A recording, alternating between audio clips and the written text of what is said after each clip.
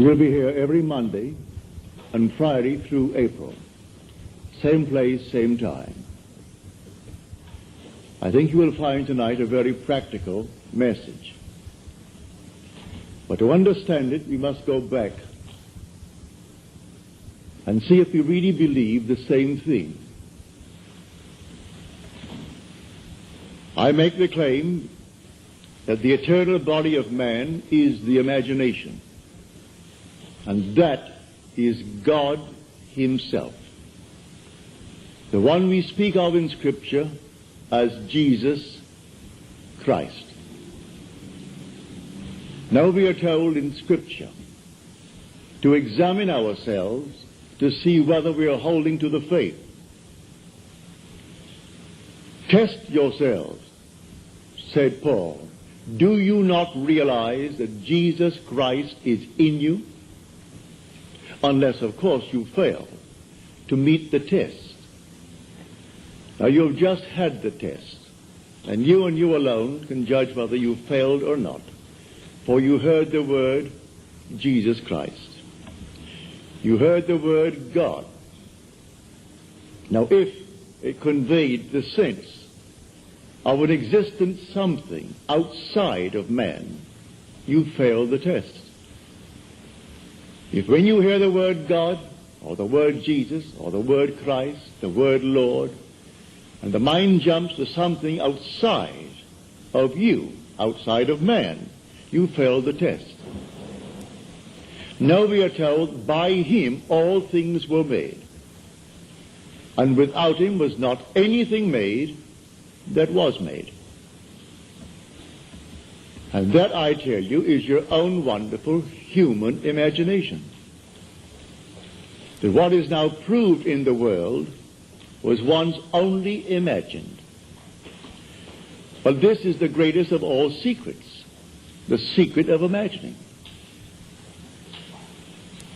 Something that you and I and everyone in the world should strive to understand. For the secret of imagining is the greatest of all problems, to the solution of which everyone should aspire. For supreme power, supreme wisdom, supreme delight lies in the solution of this mystery. When you actually discover it, you discover God. You're finding the creative power of the universe. And when you find him, he is your own wonderful human imagination.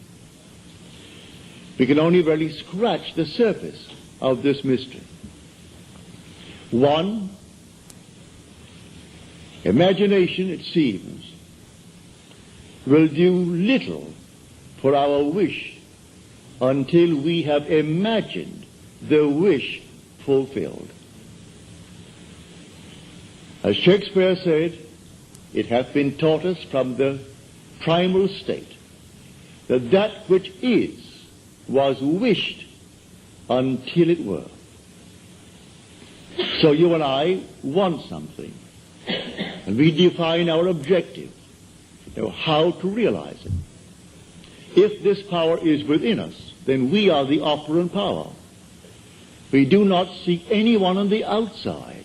It's simply within us. Well, how do I operate it? If I could put it in this simple little frame, the subjective appropriation of the objective hope is the way to success. It's imagining as if it were true. What would the feeling be like if it were true? So I start from the feeling of the wish fulfilled.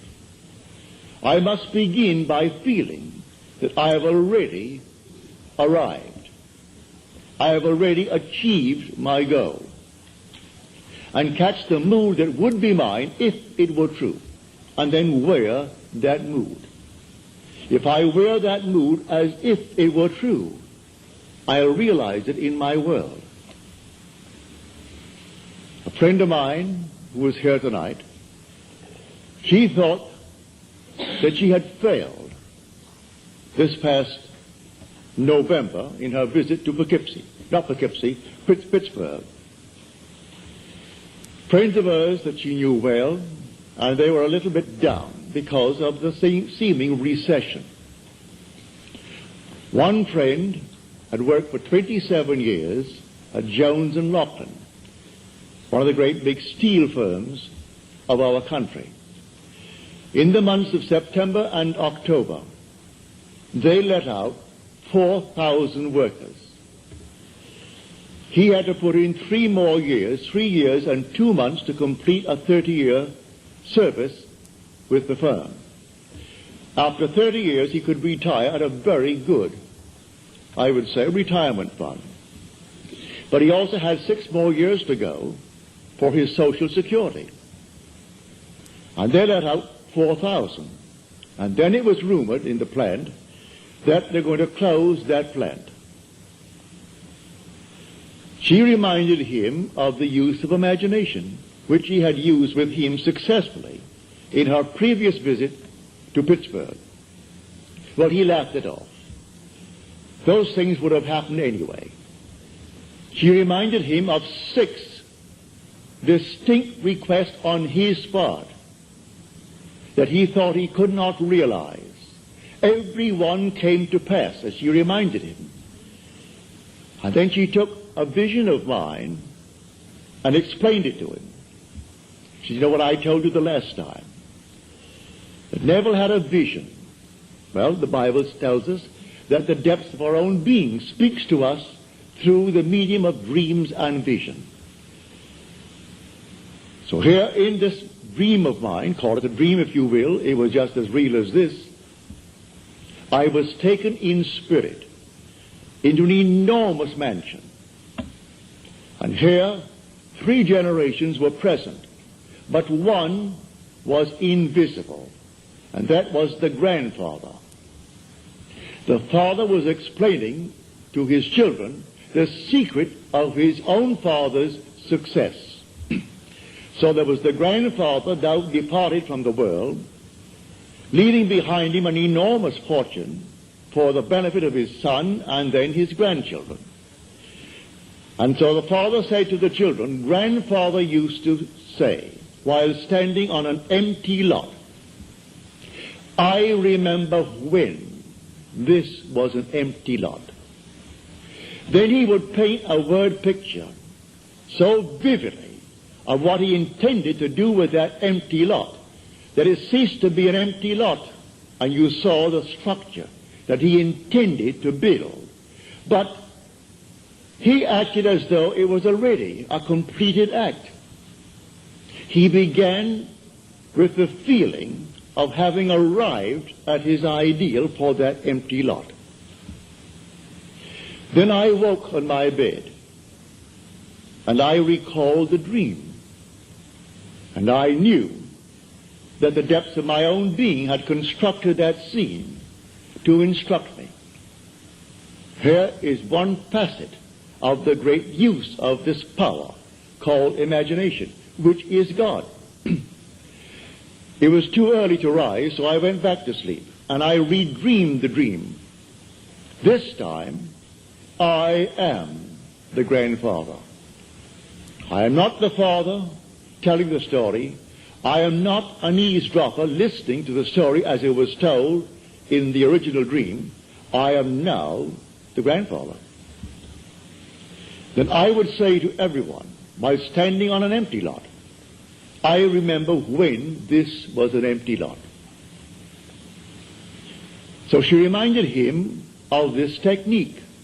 Now she said, you are afraid that you might be let out after 27 years and 2 months in Jones and Loughlin.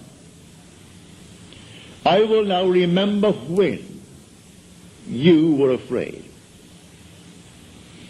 I will remember when you thought it all came to an end. That's one. He said 2 years ago I was interviewed and I thought it a very good interview. But after 2 years, it has never appeared in the trade paper. And I wondered, what have they done with it? Have they simply forgotten it, mislaid it, or deliberately not used it? She said, I will read that magazine, and I'll be lifted up by it. It's humorously written, as you tell me. Well, I will take that book right now in my hand, that magazine, and I will read it, all about you. She went into 2 or 3 others. Then she returns. Now she's here tonight. She said, in December, I received the magazine. It's very well written and very, very humorous, all about this man. Then she said, I heard on the radio that Jones and Lachlan had decided not to close the plant, but instead to spend $13 million on the plant in modernizing. And then beginning January the 1st, to recall over 4,000 workers that they had let out. Now he is walking on air, but like all of these fellows, he will still forget it. He will still turn to a God outside of himself. This to him would have happened anyway. They would have spent the 13 million, brought back the 4,000. That thing that was found after 2 years and printed, oh, that would have happened. And man goes blindly on worshiping a false God because he does not know God. The only God is your own wonderful human imagination. The only name forever and forever that is his name is I am. So that is my name forever. So when you come to the people of Israel and they ask you what is his name, just simply say, I am. That is who I am. And by this name I shall be known throughout all generations. There is no other name. You cannot separate I am from yourself. That's your essential being. And when you say I am, you are all imagination. You cannot stick imagination on the outside and point to it. So you do not observe it as you observe the fruit of imagining. You do not observe imagination as you do objects in space, because you are the reality that is called imagination. This is what we teach here night after night. Now you can test it. What would the feeling be like if it were true that I am now the man that I would like to be? What would the feeling be like? Catch the mood. For the mood determines the fortunes of people rather than the fortunes determine the mood. Man puts it just the opposite. If I had $1 million, he said, oh, I would feel so good. Now, feel as you would if you had it. Catch the mood, and the mood will create that objective hope, if that is your hope. What would the feeling be like if you are now the person you want to be? And catch that mood. And wear that mood as you would a suit of clothes. And that mood will actually create an objective state that reflects that mood. That's what she did. She put herself into a mood, actually feeling that she was reading a story of her friend. And here it came. It's a complete spread, 2 full pages, all about this man. And then a little news bulletin on the radio, and then confirmation from him, and a telephone call from his wife, confirming the news bulletin, that they're all back on their job, and here now, as he said, for years, after 27 years, I walked through that plant, and I thought I'd go crazy. I wanted to climb the wall because of the noise. When I heard the hammers, and the bellows, and the furnaces, and all these thousands of workmen, that constant din, I wanted to climb the wall. Now, after 4,000 were let out, my footsteps echoed through the entire area. I would like to run and scream, running towards my office. What he does in the plant, I do not know. But if he goes towards his office, undoubtedly he has an executive position in that place, and is not working at the furnaces. But he said, you can't imagine when 4,000 were let out, how empty the place was. And everything simply echoed, and my footsteps seemed like some thunderous thing as I walked through that plant towards my office. And many a moment I wanted to simply jump up and start running. It seemed so empty. She said, all right, that's something. I will remember when. And she applied that technique. When your footsteps scared you and you wanted to run towards the office. Now it's the clacker all over again. So I tell you, I know from my own experience that these moods, you catch a mood, I could tell from the mood that possessed me through the day that I would meet a certain character. And I met that character. It may be someone I knew or some total stranger, but I could tell from the very mood that possessed me that I'm drawing into my world an affinity with that mood. You can catch a mood and create the world that is in harmony with the mood. Anyone can do it. In fact, you're doing it morning, noon, and night anyway. So when you turn to some external God, you're turning to a false God. There is no external God. Examine yourselves, said Paul, to see whether you are holding to your faith. Test yourselves. Do you not realize that Jesus Christ is in you? Unless indeed you fail to meet the test. You've just had the test. So if you think of some being on the outside, when I use the word Jesus Christ, you have the wrong Jesus Christ. For we are told by him all things were made. And without him was not anything made that is made. Look into the room. All this was once only imagined. The suits you wear, the dresses you wear, the hats you wear.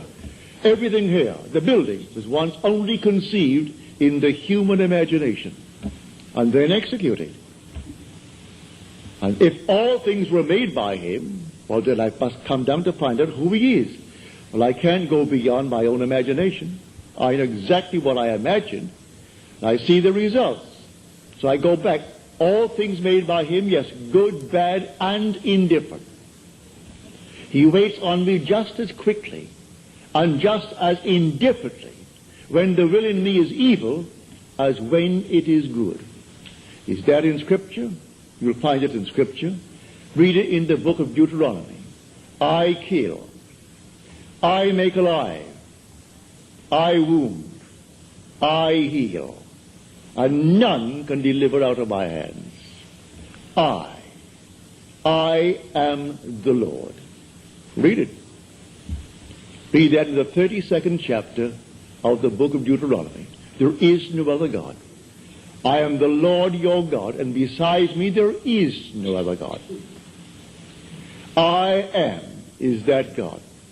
As we are told in the 46th Psalm, be still and know that I am God. A man will not believe it, and yet he has evidence morning, noon, and night that his own wonderful creative power, which is his own wonderful human imagination, is producing the phenomena of life.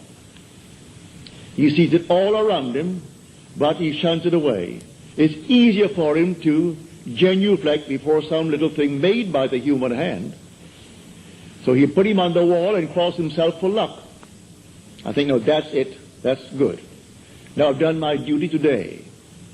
So he goes to church and he sings the hymns with all the others. And you think, no, I've done my duty, and give generously to the church. Perfectly all right. If you get any pleasure out of it, do it. But that's not serving the true God. If you want a social gathering, certainly go to church.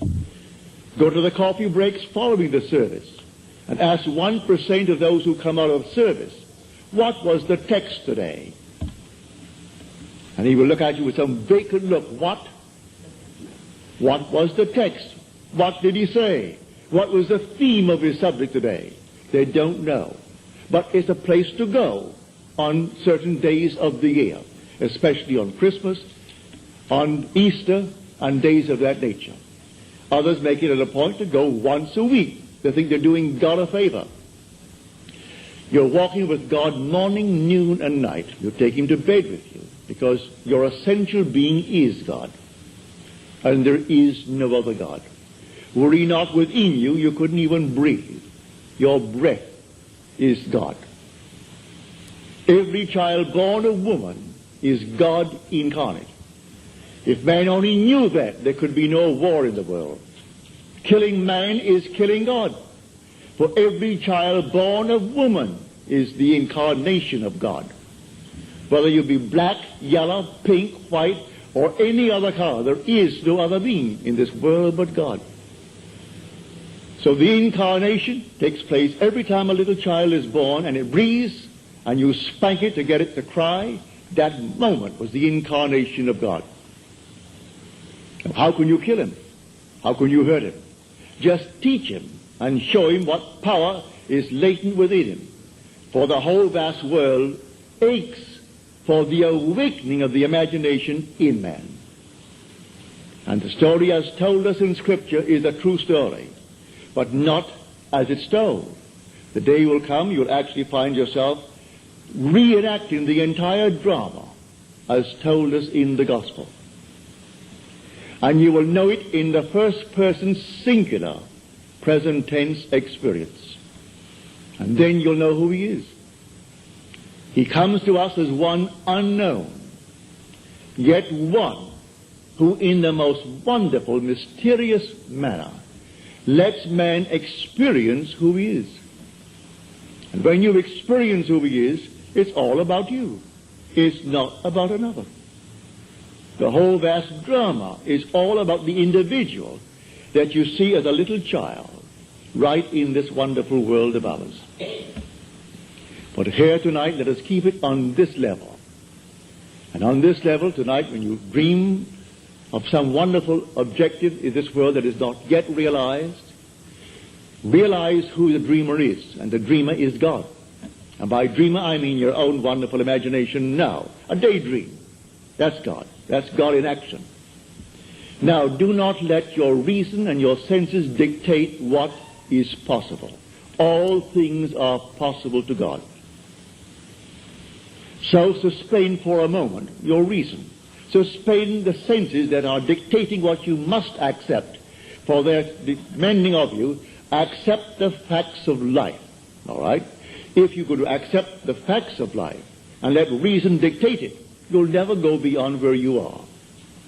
So suspend them just for a moment and try this technique.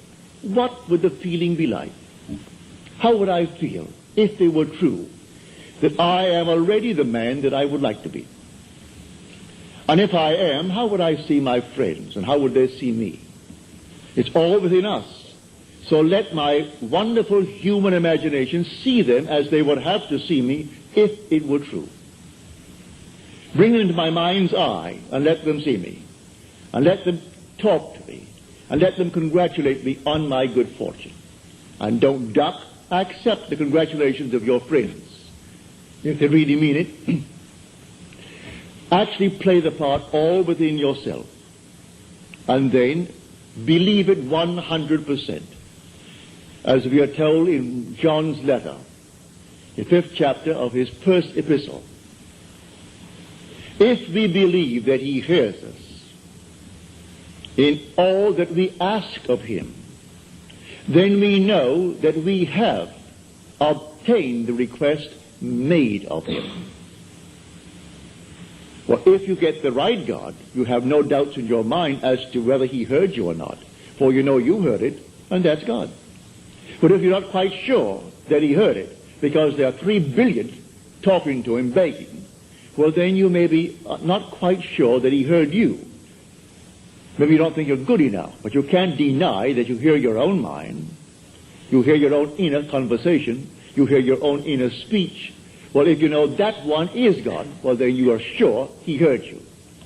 Now you are told in that 5th chapter, the 15th verse of first epistle of John, if we know that he hears us in all that we ask of him, then we know that we have already obtained the request made of him. Well, all right. There's an interval between that imaginal act and its fulfillment, as there is between the creative act of a man and the birth of that child.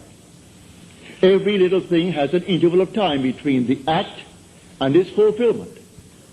A horse will take 12 months. A woman takes 9 months. The little sheep will take 5 months. A chicken will take 21 days. There are intervals of time. So the Bible teaches every vision has its own appointed hour. It ripens. It will flower. If it be late, then wait, for it is sure, and it will not be late. Different intervals of time.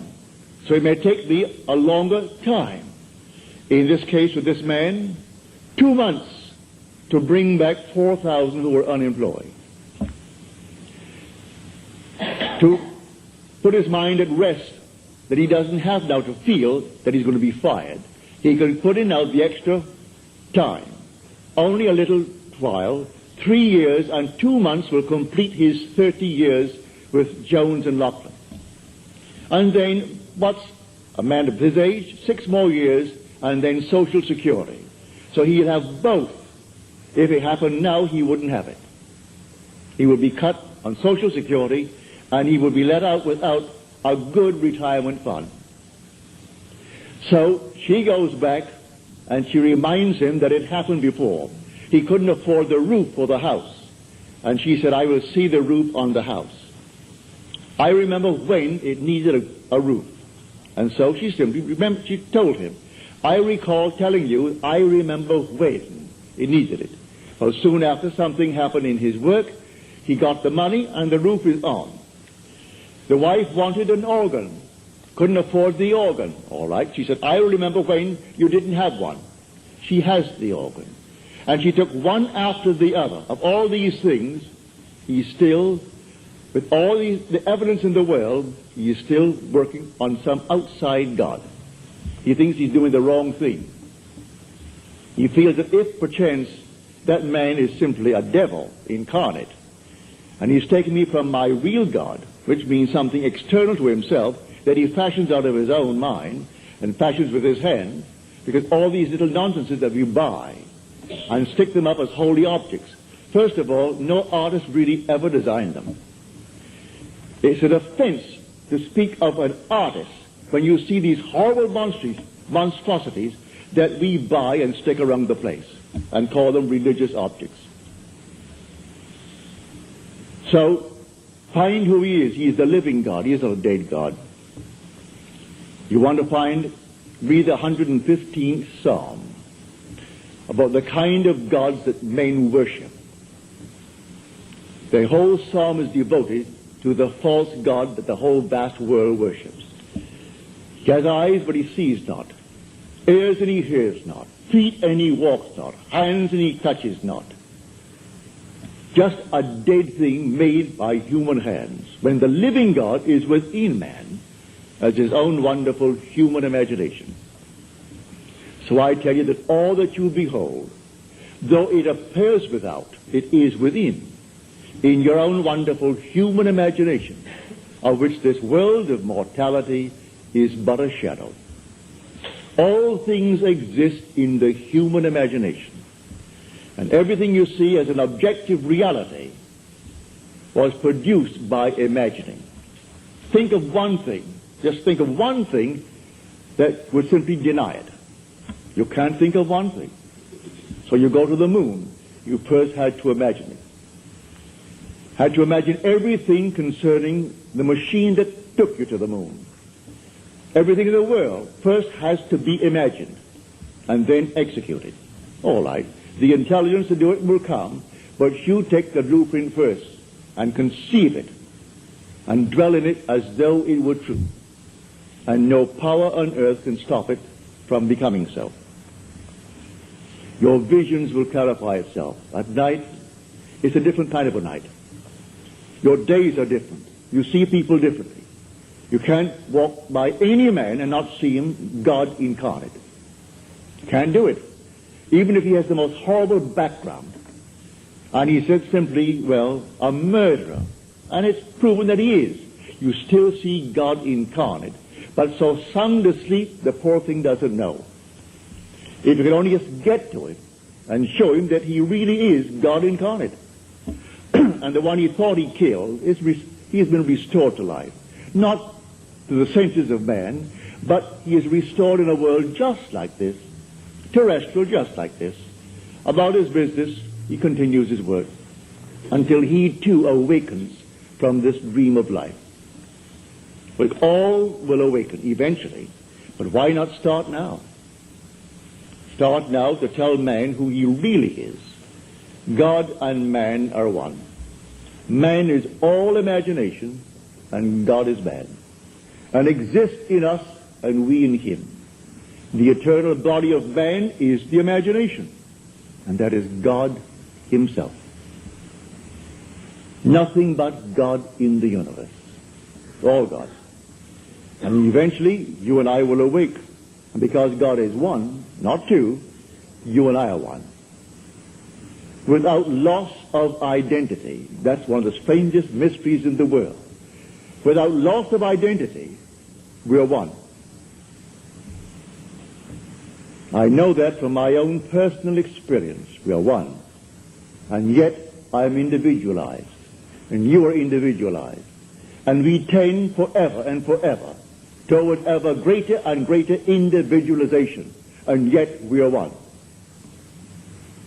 And I will bring that out to the best of my ability as we proceed with these series of lectures. You will hear it. But tonight, if you're here for the first time and you want something practical, you apply what I've told you. First, have an objective. You must have an objective. You can't say, well, I don't know what I want. Well, all right. Come back the next time. Ask yourself, what would I like of life? Don't be ashamed to name it. What would I like of life? Well, then, try to get some objective. Now, prayer, as far as I'm concerned, is nothing more than the subjective appropriation of the objective hope. That is the way to success. I appropriate it subjectively. How do I appropriate a state subjectively? Well, suppose now, this very moment, I wanted a ball, an ordinary baseball. But there isn't a baseball in the room, all right? But I want one. I would actually assume that I am holding a baseball in my hand until I can feel it. You think you can't feel it? Well, now try it. Try to feel what it would be like if you held a baseball. Now, to prove that you have held it, see what it feels like, the difference now, a tennis ball. See any difference? All right, a golf ball. See any difference? A piece of silk. You feel any difference? If you can distinguish between these many objects, though they are subjective, then there must exist somewhere. If you can actually separate them in your mind's eye and distinguish between these objects, I can begin to feel, begin to sense, begin to smell a rose.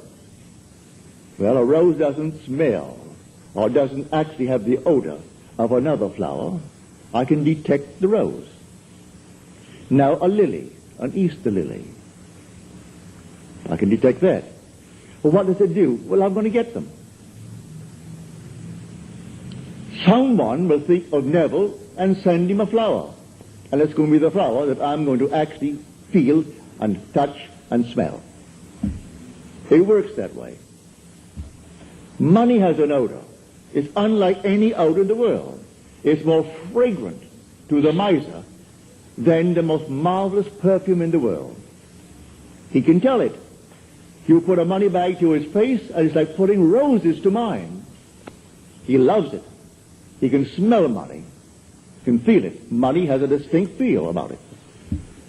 Put a $20 bill in your hand and ask you to feel it, and then put another piece of paper in your hand, and you can tell the difference. There's a difference. It is an odor to it. All this is part of the inner man, that all things are possible to him. Try it. Before you condemn it, try it. And if you have the evidence to support my claim, well, then it doesn't matter what the world will tell you. If he laughs at you, so what? So they laughed at everyone who had an idea that seemed a little bit off-center. Always laughed at him. They laughed at the idea of going to the moon. Well, now it's an accomplished fact. There are still those who won't believe it happened, you know, because they don't want to believe that it ever happened.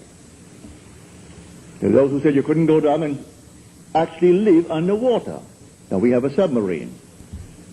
There are still those who won't believe it. You can present them with all the facts in the world, and they won't believe it. So I tell you, you try it first. And if it proves itself in performance, it doesn't really matter what the whole vast world thinks. Go about your Father's business, which is yourself, and then live a full and wonderful life in this world of Caesar. And the day will come you will actually depart this world. I mean this age. Because those who are departing it now, unless they are awakened, they still find themselves in a world just like this. But those who have awakened, who have experienced the second birth, the birth from above, find themselves in an entirely different age, where they're all imagination. And they are perfect. And wherever they go, everything is perfect. They don't have to raise a finger to make anything perfect, because they're perfect. All things must conform to them, for they're perfect. That's heaven. So heaven is not an area, it's not a realm, it's a body.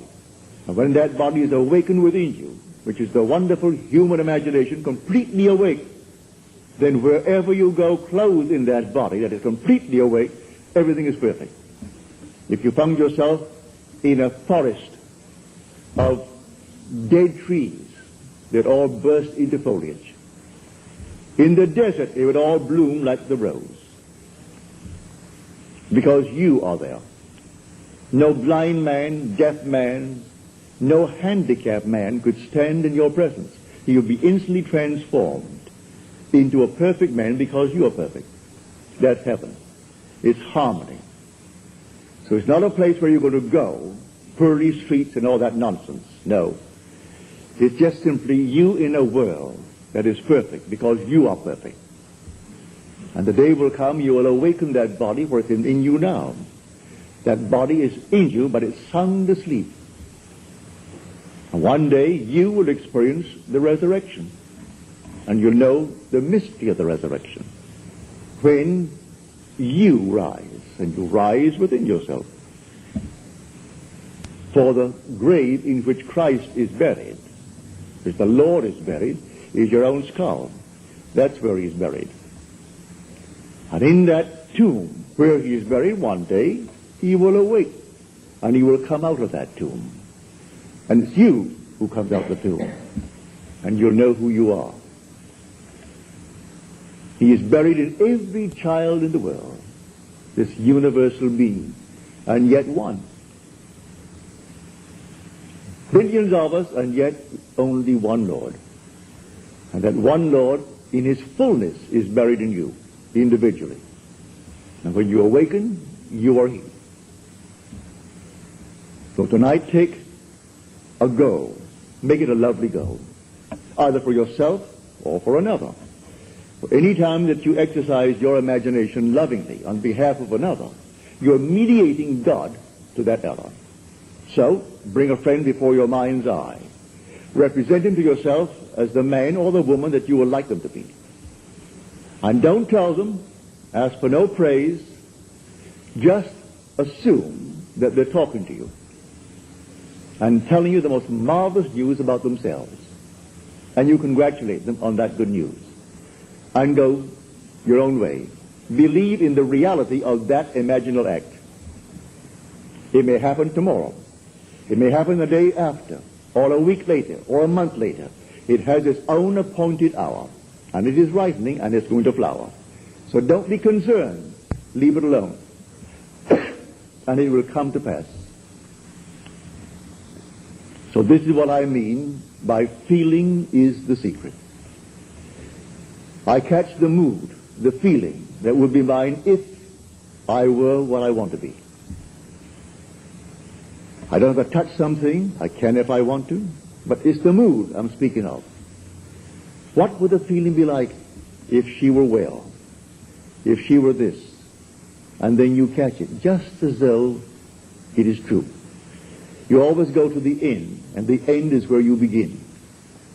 We're always imagining ahead of our evidence. So go to the end and feel the end. And then dwell in that end even though reason denies it and your senses deny it. You turn your back upon the doubters. That is your senses and what reason dictates. That's the hell or the devil or Satan in the world. That's the doubter. So you turn your back upon it. And then you walk as though things were as you want them to be. And living in that assumption, it slowly hardens into fact. Even though at the moment of the assumption it was denied by reason, an assumption, though false, if persisted in, will harden into fact. So you learn to assume and learn to persist in the assumption, and it will come to pass. Now let us go into the silence, after which we'll have questions.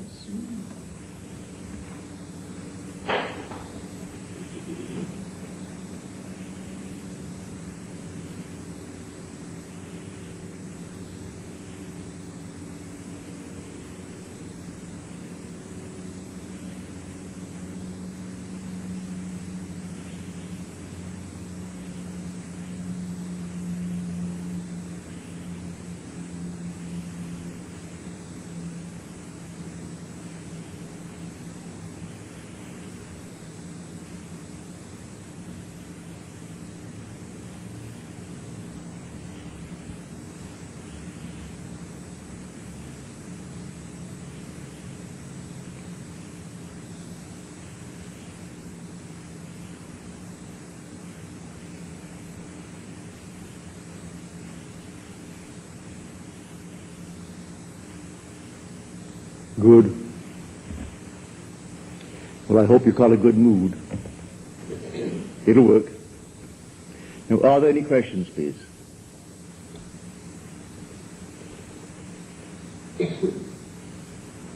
Any questions? Yes, sir. You mentioned that Matthew's secretary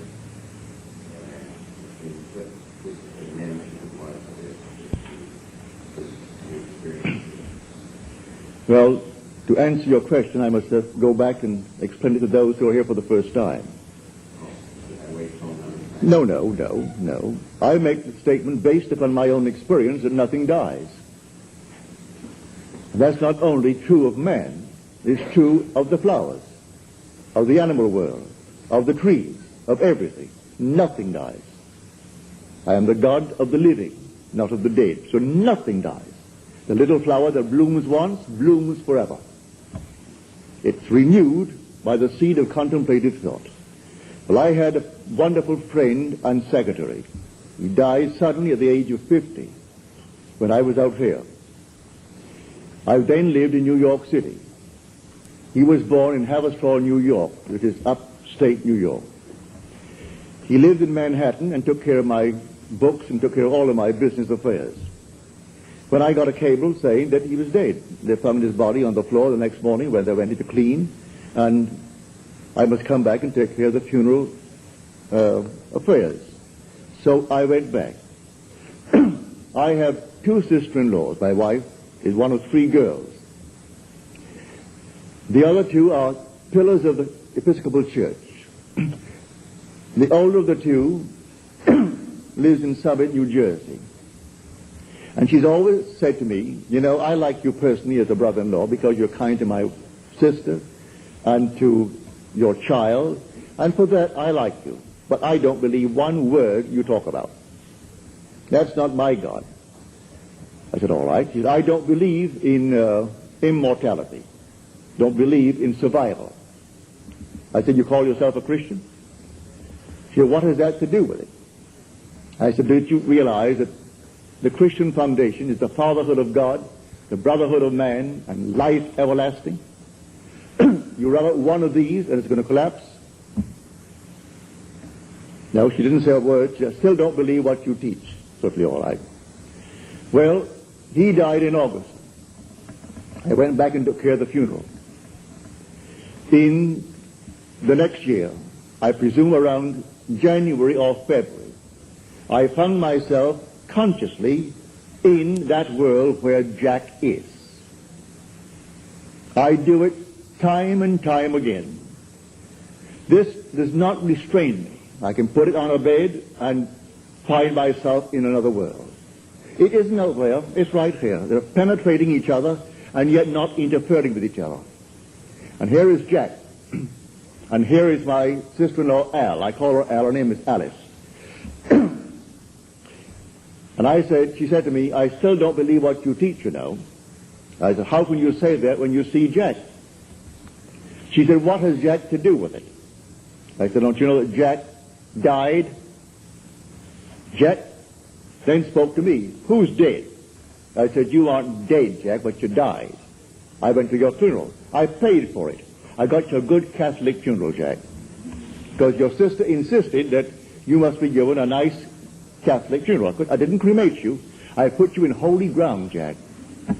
I got a priest, and the priest did all the little things he has to do, so you're very well planted. He looked at me as the most, well, I'm in